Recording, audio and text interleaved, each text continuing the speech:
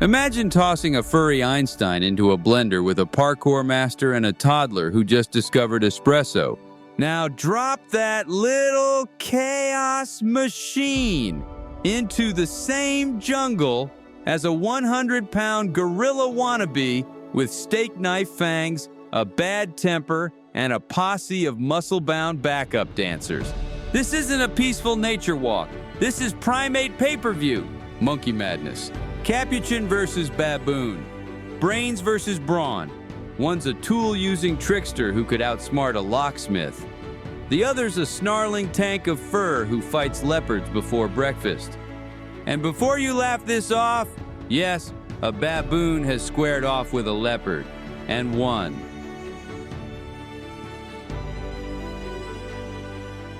Let's meet the contenders.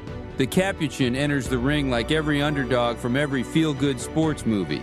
10 pounds, 2 feet tall, and already planning a 47-step strategy to confuse its enemy.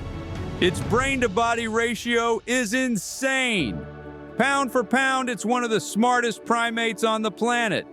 They've been caught on camera using sticks to fish termites, rocks to smash open nuts, and even improvising tools in ways that look a little too close to next stop. Opposable thumbs build fire. Scientists have actually trained capuchins to assist people with disabilities. These monkeys can open bottles, fetch objects, and flip switches. Basically the world's cutest, furriest personal assistants. And they're not just smart, they're dramatic. Capuchins have soap opera faces, raised brows, smug grins, side-eye shade. They can carry on a full conversation without making a sound. They even copy each other's expressions, turning their group chats into live-action monkey sitcoms. And don't underestimate their bodies. Capuchins are bouncing bundles of coiled muscle. Standing under 2 feet tall, they're basically gymnastic ping pong balls with fur. These little ninjas can leap 9 feet through the canopy. That's the monkey version of a human long jumping over a school bus. Their tails aren't just for balance. They're extra limbs, prehensile grappling hooks, fruit-snatching, branch-swinging, upside-down hanging gadgets that would make Batman jealous. In motion, capuchins are pure chaos, sprinting, flipping, vanishing from one tree to another like furry teleporters. If Mario Kart had a jungle expansion, these guys would be the DLC. But while the capuchin is preparing for a jungle heist, stomping in from the opposite corner comes the baboon. This beast does not do subtlety.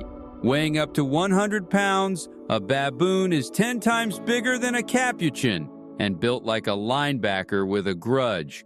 Males are massive compared to females, thick-necked bulldozers wrapped in fur. If they wore shirts, they'd all be ripped through the seams at extra large. And their weapons? Let's talk teeth. Baboons wield canines up to 2 inches long. These aren't for show. They're steak knife daggers hooked to jaws powerful enough to crush bone. When baboons bite, they don't play. Their jaws are basically living chainsaws powered by rage. And they don't fight solo. Baboons roll deep.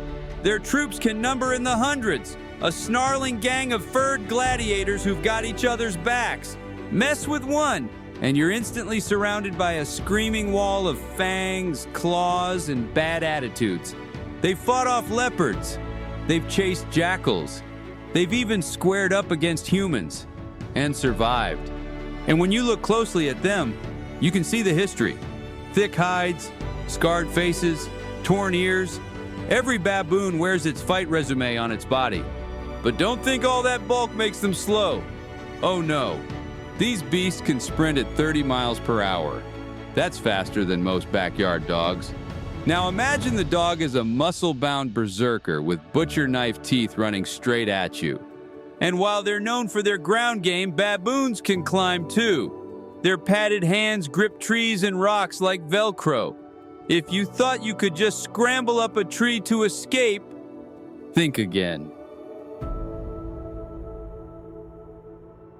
Meanwhile, the capuchin isn't wasting time trying to match that brute force.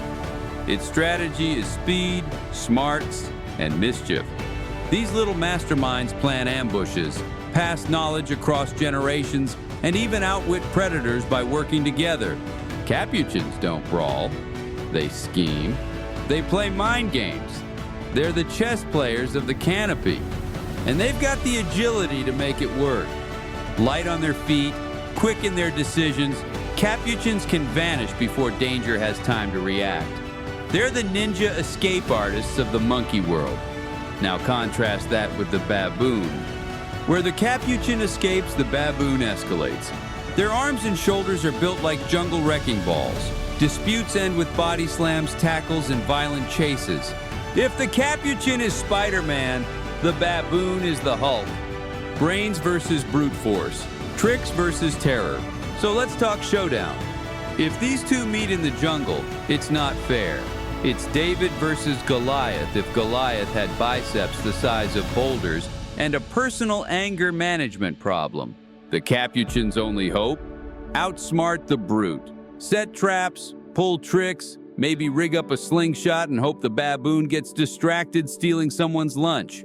Otherwise, it's like pitting a hacker hamster against a rampaging rhino. So who walks away the winner? In a puzzle contest, the capuchin takes the trophy, the medals, and probably hacks into the scoreboard for fun.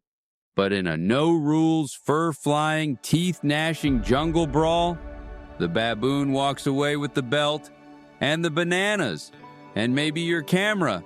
The capuchin is the heart stealer, the brainiac, the little genius we all root for. But the baboon is the reality check.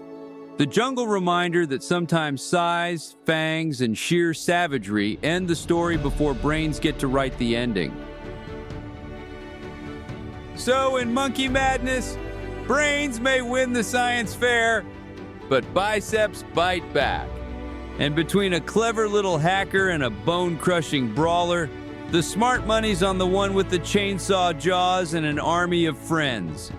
Because in this jungle, sometimes survival isn't about who's cleverest. It's about who's scariest. And the baboon owns that crown.